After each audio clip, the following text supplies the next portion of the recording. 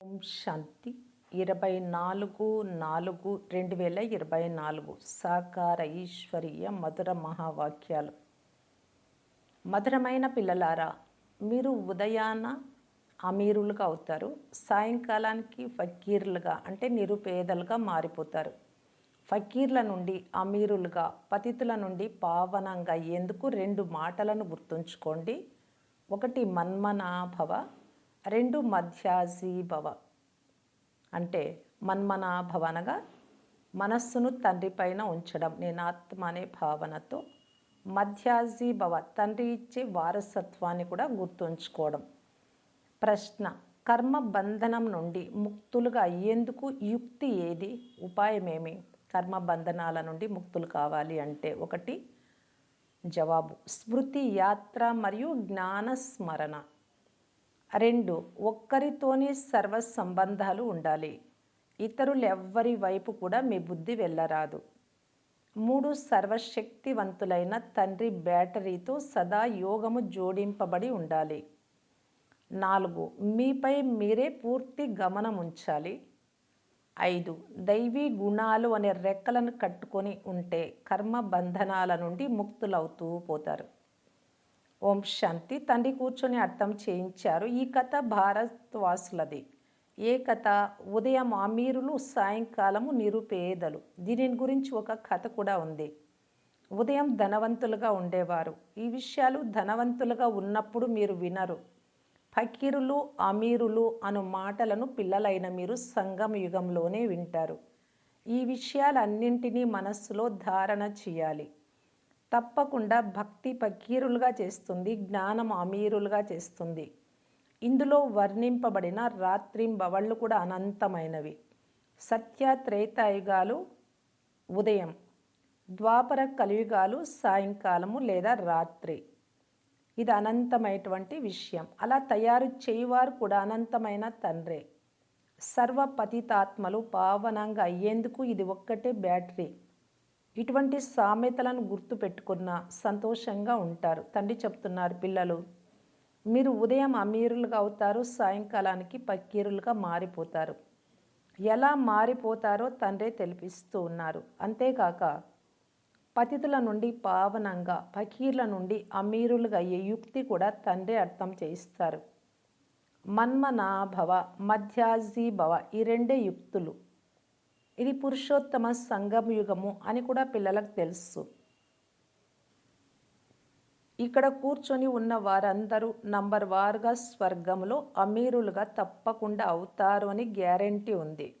స్కూలులో కూడా ఇలాగే జరుగుతూ ఉంటుంది. నంబర్ వారుగా క్లాస్ బదిలీ అవుతుంది. పరీక్ష పూర్తి అవుతూనే తర్వాతి తరగతిలో నంబర్ వారుగా వెళ్ళి కూర్చుంటారు. అది హద్దులోని విషయం, ఇది అనంతంలోని విషయం. నంబర్ వారుగా రుద్రమాలలోకి వెళ్ళిపోతారు. మాల లేక వృక్షం, బీజం వృక్షందే కదా. పరమాత్మ మనుష్య సృష్టి రూపీ వృక్షానికి బీజం. ఈ వృక్షం ఎలా వృద్ధి చెందుతుందో, ఎలా పాతదవుతుందో పిల్లలకు తెలుసు. ఇంతకుముందు మీకు తెలిసేది కాదు. తండ్రి వచ్చి అర్థం చేయించారు. ఇప్పుడు ఇది పురుషోత్తమ సంగమ యుగం. ఇప్పుడు పిల్లలైన మీరు పురుషార్థం చేయాలి. దైవీ గుణాలు అనే రెక్కలను కూడా ధరించాలి. మీపై మీరు పూర్తిగా గమనం ఉంచాలి. స్మృతి యాత్ర ద్వారానే మీరు పావనంగా అవుతారు. ఇక ఏ ఇతర ఉపాయము లేదు. తండ్రి ఎవరైతే సర్వశక్తివంతుడైన బ్యాటరీగా ఉన్నారో వారితో యోగాన్ని పూర్తిగా జోడించాలి. వారి బ్యాటరీ ఎప్పుడు తగ్గిపోదు. వారు సతో రజో తమోలలోకి రారు. ఎందుకంటే వారు సదా కర్మాతీత స్థితిలో ఉంటారు. పిల్లలైన మీరు కర్మ బంధనంలో చిక్కుకుంటారు. అవి ఎంతో కఠినమైన బంధనాలు. ఈ కర్మ బంధనాల నుండి ముక్తులుగా అయ్యేందుకు ఒకే ఒక ఉపాయం ఉంది. అది స్మృతి యాత్ర. ఇది తప్ప, స్మృతి తప్ప ఇక ఏ ఇతర ఉపాయము లేదు. ఈ జ్ఞానం కూడా ఎముకలను మెత్తగా చేస్తుంది. నిజానికి భక్తి కూడా మెత్తగా చేస్తుంది. పాపం, ఇతను మంచి భక్తుడు, ఇతనిలో మోసము మొదలైనవేవీ లేవు అని అంటారు. కానీ భక్తులలో కూడా మోసం ఉంటుంది. బాబా అనుభవజ్ఞులు, బ్రహ్మబాబా ఆత్మ శరీరం ద్వారా వృత్తి వ్యాపారాలు చేస్తుంది కనుకనే ఆత్మకు ఈ జన్మలోనిదంతా గుర్తుకొస్తుంది. 4-5 సంవత్సరాల వయసు నుండి మీ జీవిత కథ అంతా గుర్తు ఉండాలి. కొంతమంది కేవలం 10-20 సంవత్సరాల క్రితపు విషయాలు కూడా మర్చిపోతారు. మరి జన్మ జన్మాంతరాల నామరూపాలైతే గుర్తు ఉండవు. ఈ జన్మదైతే కొంత తెలుపగలరు. ఫోటోలు మొదలైన ఉంచుకుంటారు, వేరే జన్మవి ఉంచుకోలేరు. ప్రతి ఆత్మ భిన్న భిన్న నామ రూప దేశ కాలాలలో పాత్రను అభినయిస్తుంది. నామరూపాలన్నీ మారిపోతూ ఉంటాయి. ఆత్మ ఒక శరీరాన్ని వదిలి మరొకటి ఎలా తీసుకుంటుందో కూడా మీ బుద్ధిలో ఉంది. తప్పకుండా 84 జన్మలకు 84 పేర్లు, 84 తల్లిదండ్రులు ఉంటారు. చివరిలో మళ్ళీ చాలా తమో ప్రధాన సంబంధం అయిపోతుంది. ఈ సమయంలో ఎన్ని సంబంధాలు ఉన్నాయో అన్ని సంబంధాలు కల్పంలో ఎప్పుడూ ఉండవు. కలియుగ సంబంధాలను బంధము అనే భావించాలి. ఎంతోమంది పిల్లలు ఉంటారు, మళ్ళీ వివాహం చేసుకుంటారు, పిల్లలకు జన్మనిస్తారు. ఈ సమయంలో అందరికంటే ఎక్కువ బంధనం కలిగించేవారు చిన్న అన్న, మామ మొదలైన వారు. ఎంత ఎక్కువ సంబంధాలు ఉంటాయో అంత ఎక్కువ బంధనాలు ఉంటాయి. వార్తాపత్రికలలో 5 మంది ఒకేసారి తల్లికి జన్మించారు అని వ్రాశారు. 5 మంది కూడా ఆరోగ్యంగా ఉన్నారు అని చదివారు. ఎన్ని సంబంధాలు అయిపోతాయో ఆలోచించండి, లెక్క కట్టండి. ఈ సమయంలో మీ సంబంధం అన్నింటికంటే చాలా చిన్నది. కేవలం ఒక్క తండ్రితోనే సర్వ సంబంధాలు ఉన్నాయి. ఒక్క తండ్రితో తప్ప ఇతరులెవ్వరితోనూ మీ బుద్ధి యోగము లేదు. మళ్ళీ సత్యుగంలో ఇంతకంటే ఎక్కువ సంబంధాలు ఉంటాయి. ఇప్పుడు మీది వజ్ర సమానమైన జన్మ. అత్యంత శ్రేష్టమైన తండ్రి పిల్లలను దత్తత చేసుకుంటారు. జీవించి ఉండే ఒడిలోకి వెళ్ళడం, వారసత్వం పొందడం ఇప్పుడు మాత్రమే జరుగుతుంది. వారసత్వంనిచ్చే తండ్రి ఒడిలోకి మీరు వచ్చారు. బ్రాహ్మణులైన మీకంటే శ్రేష్టమైన వారు ఎవ్వరూ లేరు. అందరి యోగము ఒక్కరి జతలోనే ఉంది. పరస్పరంలో కూడా మీకు ఎలాంటి సంబంధము లేదు. సోదరి సోదరులు సంబంధం కూడా క్రింద పడేస్తుంది. సంబంధం ఒక్కరితో మాత్రమే ఉండాలి. ఇది క్రొత్త విషయం. పవిత్రంగా అయ్యి వాపస్ వెళ్ళాలి ఇంటికి. ఈ విధంగా విచారసాగర మతనం చేయడం ద్వారా మీరు చాలా వెలుగులోకి వచ్చేస్తారు. సత్యుగంలో ప్రకాశానికి, కలియుగంలోని ప్రకాశానికి రాత్రికి పగలుకు ఉన్నంత తేడా ఉంది. భక్తి మార్గమున్న సమయం అంటే అది రావణ రాజ్యం. చివరి సమయంలో విజ్ఞాన గర్వం కూడా చాలా ఉంది. దానిని కలియుగంను సత్యుగంతో పోలుస్తారు. ఒక బిడ్డ ఇలా సమాచారం వ్రాసింది. మీరు స్వర్గంలో ఉన్నారా లేక నరకంలో ఉన్నారా అని ప్రశ్నించినప్పుడు 4-5 మంది మేము స్వర్గంలోనే ఉన్నామని చెప్పాము. బుద్ధిలో రాత్రికి పగలుకు ఉన్నంత వ్యత్యాసం అయిపోతుంది. కొంతమంది మేము నరకంలో ఉన్నామని భావిస్తారు. అటువంటి వారిని మీరు స్వర్గవాసులుగా అవ్వాలని కోరుకుంటున్నారా? స్వర్గమును ఎవరు స్థాపన చేస్తారు అని అడగాలి.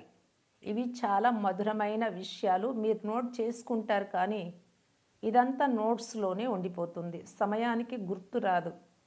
ఈ సమయంలో పతితుల నుండి పావనంగా చేయువారు పరంపిత పరమాత్మ అయిన శివుడు. వారు చెప్తున్నారు, నన్ను ఒక్కరినే స్మృతి చేస్తే మీ పాపాలు తొలగిపోతాయి.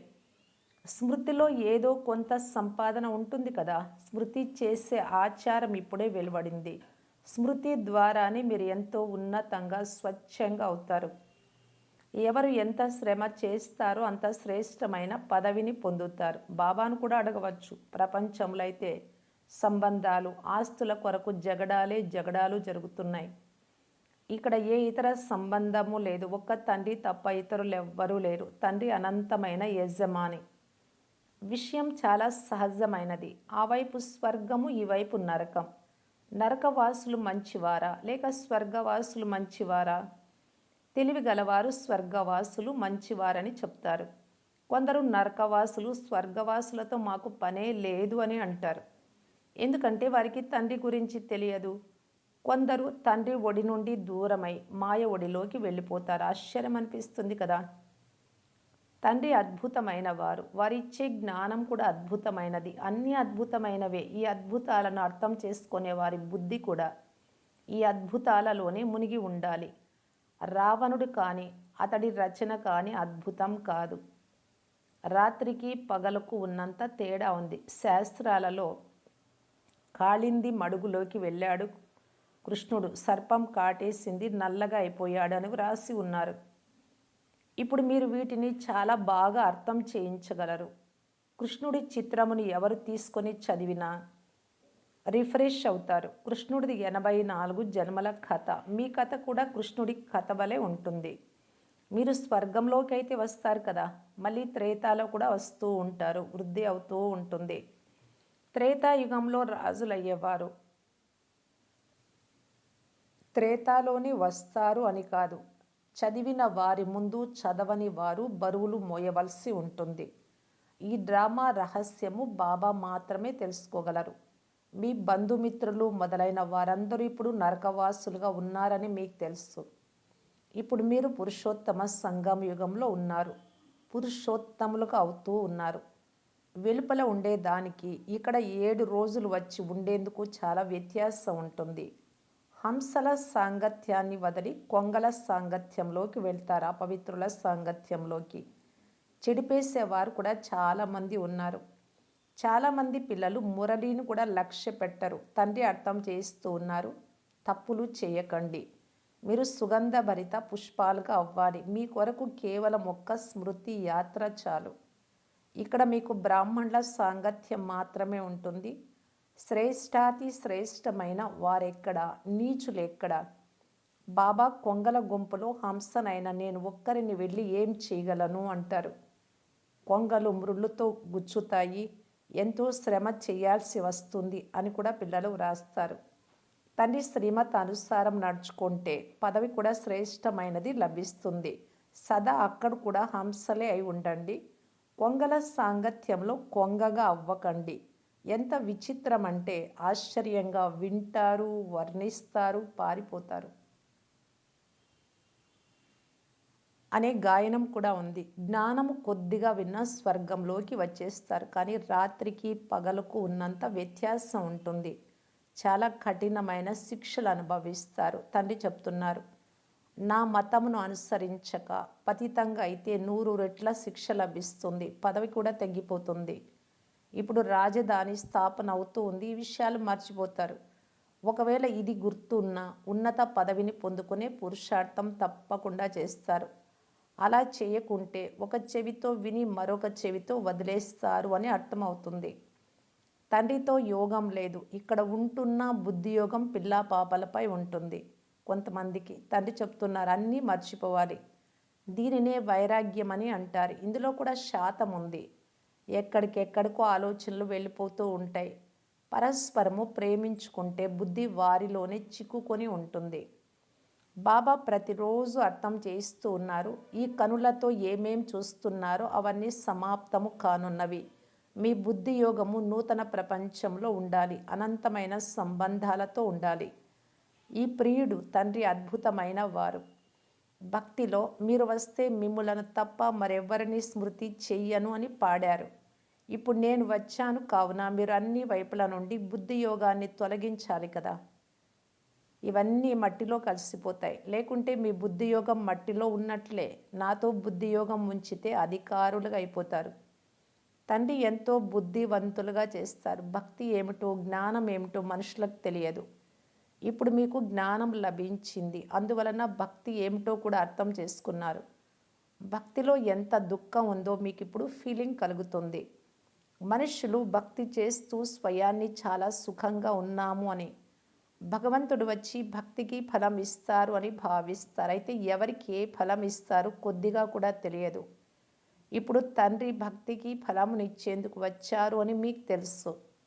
విశ్వరాజ్యమును ఫలంగా ఇచ్చే తండ్రి ఏ ఆదేశాలను ఇస్తారో వాటి ప్రకారం నడుచుకోవాల్సి వస్తుంది. వారి మతమును, వారి సలహాని శ్రేష్టాతి శ్రేష్టమని అంటారు. ఈ సలహాలు అందరికీ లభిస్తాయి. అయితే దాని ప్రకారం కొందరు నడుచుకుంటారు, కొందరు నడుచుకోలేరు. అనంతమైన సామ్రాజ్యం స్థాపన అవ్వనున్నది. ఇంతకుముందు ఎలా ఉండేవారో ఇప్పుడు మీ పరిస్థితి ఎలా ఉందో మీరు అర్థం చేసుకున్నారు. మాయ ఒక్కసారిగా సమాప్తం చేసేస్తుంది. ఇది శవాల ప్రపంచం వంటిది. భక్తి మార్గంలో విన్న దానినంతా సత్యము సత్యము అంటూ వచ్చారు, కానీ సత్యం ఒక్క తండ్రి మాత్రమే వినిపిస్తారు అని మీకు తెలుసు. ఇటువంటి తండ్రిని స్మృతి చెయ్యాలి. ఇక్కడ వెలుపల వారు ఎవరైనా కూర్చొని ఉంటే వారికి ఏమీ అర్థం కాదు. వీరేం వినిపిస్తున్నారు, అర్థమే కాలేదు అని అంటారు. మొత్తం ప్రపంచమంతా పరమాత్మ సర్వవ్యాపి అని అంటూ ఉంటే వీరు మాత్రం ఆ పరమాత్మను మా తండ్రి అని అంటారు. కాదు కాదు అని తలలూపుతూ ఉంటారు. మీకు మాత్రం ఆంతర్యంలో అవును అవును కరెక్ట్ అని వెలువడుతూ ఉంటుంది. కనుక క్రొత్త వారికి ఎవ్వరికీ క్లాసులో కూర్చునేందుకు అనుమతి ఇవ్వబడదు. మంచిది.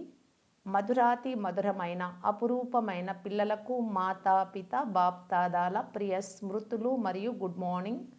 ఆత్మిక పిల్లలకు ఆత్మిక తండ్రి నమస్తే. ధారణ కొరకు ముఖ్య సారం. ఫస్ట్ పాయింట్,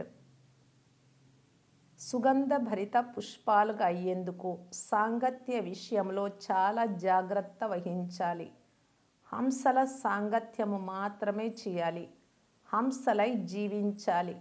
మురళి విషయంలో ఎప్పుడూ నిర్లక్ష్యం చేయరాదు. సెకండ్ పాయింట్, కర్మ బంధనం నుండి ముక్తులుగా అయ్యేందుకు సంగమ యుగంలో మీ సర్వ సంబంధాలను ఒక్క తండ్రితోనే ఉంచుకోవాలి. పరస్పరము ఏ సంబంధము ఉంచుకోరాదు. ఏ హద్దులోని సంబంధం పైన ప్రీతి నుంచి బుద్ధియోగమును అందులో చిక్కుకోనివ్వరాదు. ఒక్కరిని మాత్రమే స్మృతి చేయాలి. వరదానము, పరమాత్మ ప్రేమలో లీనమయ్యే లేక మిలనంలో మగ్నమయ్యే సత్యమైన స్నేహీభవ. ఇరువురిగా ఉన్నా కూడా ఇరువురిగా ఉండక ఇరువురు కలిసి ఒక్కరిగా అయిపోవాలి అని స్నేహానికి గుర్తుగా మహిమ చేస్తారు. దీనినే ఇమిడిపోవడము అంటారు. భక్తులు ఈ స్నేహ స్థితిని ఇమిడిపోవడము లేక లీనమవ్వడము అంటే ఐక్యం కావడము అనేశారు. ప్రేమలో లీనమవ్వడము అనేది ఒక స్థితి, కానీ వారు ఈ స్థితికి బదులు ఆత్మ యొక్క అస్తిత్వం సదా కొరకు సమాప్తం అవ్వడము అంటే పూర్తిగా భగవంతుల్లో లీనమైపోవడం, ఐక్యమైపోవడం అని భావించారు. పిల్లలైన మీరు ఎప్పుడైతే తండ్రి యొక్క లేక ఆత్మిక ప్రియుడి మిలనంలో మగ్నమైపోతారో, లీనమవుతారో ప్రేమలో, అప్పుడు సమానంగా అవుతారు. స్లోగన్, ఎవరైతే వ్యర్థ సంకల్పాల నుండి మనస్సును మౌనంగా ఉంచుకుంటారో, ఎలాంటి వ్యర్థ ఆలోచన లేకుండా, వారే అంతర్ముఖులు. అవ్యక్త ఇషారా. పరమాత్మ ప్రత్యక్షత కొరకు పరస్పరంలో సంస్కార మిలనం యొక్క రాచేస్తూ సంఘటనను శక్తిశాలిగా తయారు చేయటానికి బాప్దాదా తెలియజేస్తూ ఉన్నారు. సదా గుర్తుంచుకోవాలి, నేను నన్ను మార్చుకోవాలి అని. స్థానము మారటము, ఇతరులు మారాలి అనుకోవడం కాదు. దీని కొరకు సహనశీలత యొక్క అవతారంగా కండి. ఇతరులతో అడ్జస్ట్ కండి, దూరంగా ఉండకండి. ఎవరైనా మీకు పూర్తి వ్యతిరేకంగా విరోధిగా ఉన్న వారి పట్ల కూడా శుభభావన యొక్క ఫుల్ ఫోర్స్తో ప్రయత్నం చేయండి. సమయమైతే పట్టొచ్చు, సఫలత మాత్రం తప్పక లభిస్తుంది. మరి మీ విజయమాలలో మీరు మణిలుగా కాగలరు. ఓం శాంతి.